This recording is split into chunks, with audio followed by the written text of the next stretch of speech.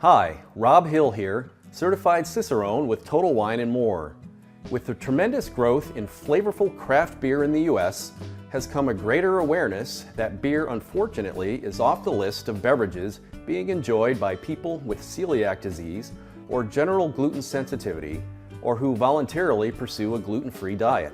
Gluten is a protein found in wheat, barley, and rye. Barley is a core beer ingredient. Wheat is integral to wheat beers, and brewers are using rye more and more for its spicy character. This makes it impossible for gluten sufferers to ever enjoy beer, right? Well, I have great news. That's not true. The solution? Gluten-free beers. Gluten-free beer is not new, yet increasing interest and demand is spawning the introduction of new selections, providing consumers more flavors and choices. How can beer be gluten-free? It is through the complete elimination of barley and wheat and rye from the brewing ingredients.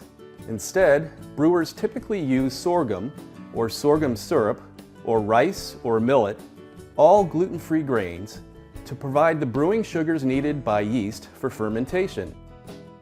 The resulting beers can be labeled gluten-free under the Tax and Trade Bureau regulations.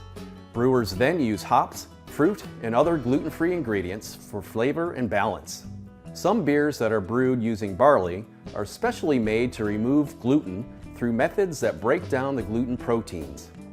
While testing shows these gluten-removed beers contain less than 20 parts per million of gluten, the FDA threshold, they cannot be labeled gluten-free in the US, as barley is a prohibited grain under the FDA gluten-free labeling rule.